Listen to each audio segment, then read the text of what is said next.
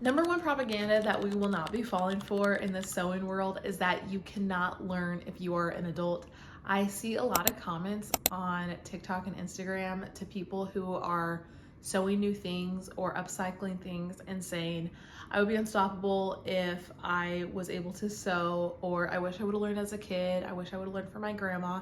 And while all those things are, true and valid feelings, I don't want anyone to think that they cannot learn as an adult. I did not learn to sew until a couple years ago. This was after college and after I had had a baby at this point in my life. So I was kind of like past the formative learning years, but really when someone says they are a self-taught sewist, what they mean is they go on YouTube and they watch a bunch of videos and then they copy them until they feel confident at that skill, and then they won't go on to the next YouTube video. So let's just remember that there are so many good resources. I will definitely link some in the notes and description. Number two thing I do not want people falling for is that sewing has to be expensive. I see some comments that seem to be really discouraging, saying that people have spent so much money on sewing, it's not worth it. I just want to say that it can be really cheap, or at least you can do it in a frugal way. If you are brand new to like the crafting world, look up to see if you have any craft thrift stores in your area.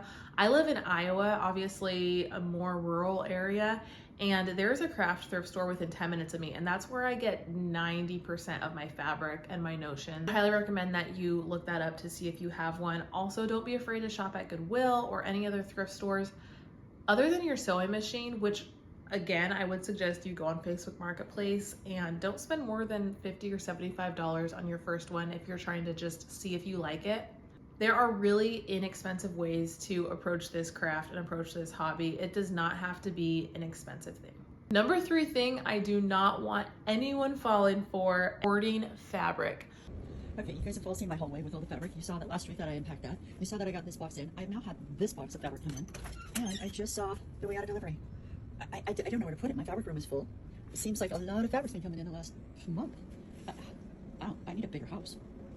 You do not need to hoard fabric. I see so many videos about people saying that buying fabric is the hobby and not sewing, and I get it. It is so fun to look at. It's so fun to plan, but what are you gonna do with it all? I have had some people give me fabric, and I've had it, got some for my grandma. So right now I have this whole bin of fabric that I have no plans for, and a whole other bag. And it's too much. It is way too much fabric. I don't have plans for it. The patterns that I want to use, I don't actually have matching fabric, but I don't want to go out and buy more because I have enough. So I'm gonna just try to figure that out, but don't fall for hoarding fabric. Fourth thing I do not want anyone falling for is that you have to fall into a certain type of sewing category person. I made a whole other video about this, talking about how comparison is the thief of joy when it comes to sewing. But I just want to remind you that you do not have to be an upcycler. You don't have to sew from fabric to pattern to finished garment. You don't only have to be a quilter. You can be all of these, or you can just be one of them if you want. For myself, I was really afraid to post some of the things I was making for a while because I felt like I was not going to fit into the upcycling and indie sewing pattern community. But I was getting all these free patterns from my local craft thrift store, and I didn't think that those were like the vibe on social media. Who cares? Just remember that like you are learning a skill. It's not that you have to buy every indie pattern that comes out. And those are such beautiful patterns. I love to see all of the new creations that people are making, but it does add up. And so don't convince yourself that you have to buy every new pattern that everyone is making just so that you can like be a part of the group. The fifth thing that I don't want us falling for is that our projects have to look homemade. Certainly some things are gonna look homemade, especially at the beginning of your sewing journey. And I still make a lot of things where I'm like, oh, that is not what I was intending. But it does not have to be that way. I think that there are so many things, little tweaks that you can make on your way to your finished garment destination that are going to help your projects look like you bought them from the store and like they are brand new.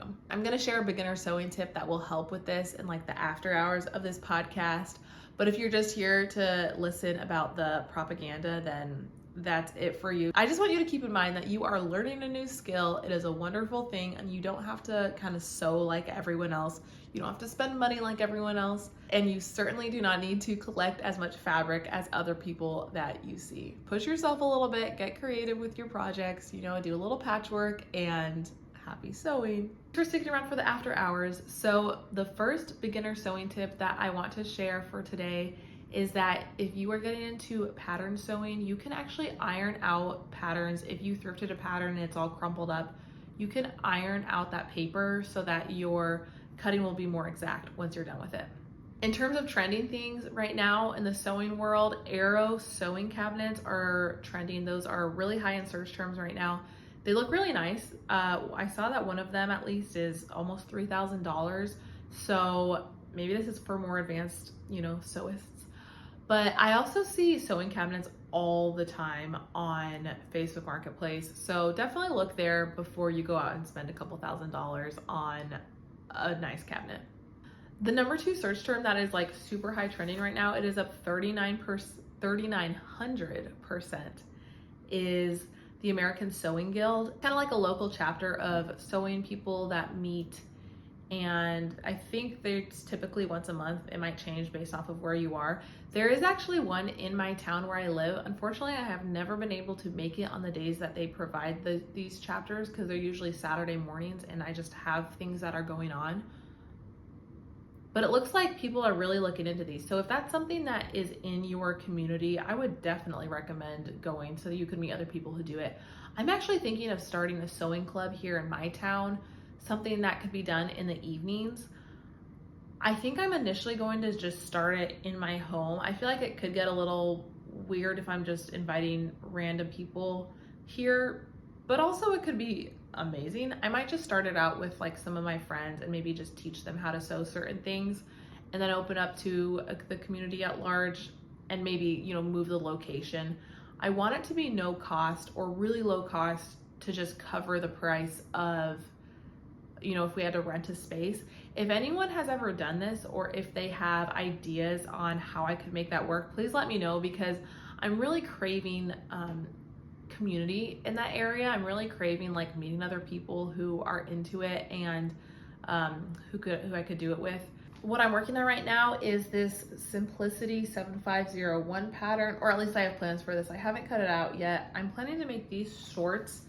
If you are listening and not watching, they are like a high-waisted short with back pockets and a drawstring, and I'm planning to make it out of this fabric, this blue and white striped Laura Ashley fabric that I thrifted. I really like that these shorts have a bit of a looser fit on the thigh. I feel like that's really stylish right now, and it also would fit my lifestyle. Okay, last but not least, the cognitive research-based evidence that is going to help our crafting approach. I just want to provide a reminder that the research says that crafting and working with our hands can lead to a flow state, and that leads to released dopamine in our brain, which leads to reduced stress levels and reduced anxiety. And so I know that approaching sewing and crafting can be difficult and time consuming, and you know, there's a lot of other barriers that I could name, but there are also more benefits. The benefit isn't just, you know, finishing a blanket or getting a shirt that finally fits you right. While those things are amazing, there's also an added benefit of brain activity that could essentially make you happier. And so I just want to provide that reminder. If you are struggling through a project right now, think about maybe some of the reasons why you are doing it, and maybe this could help you approach it in a more positive light. I wish you all the best of sewing, crafting, whatever you're working on. Let me know in the comments, and I hope to see you next time. Subscribe if you enjoyed any of this, and if you didn't enjoy this one, I hope you'll enjoy the next video. Bye!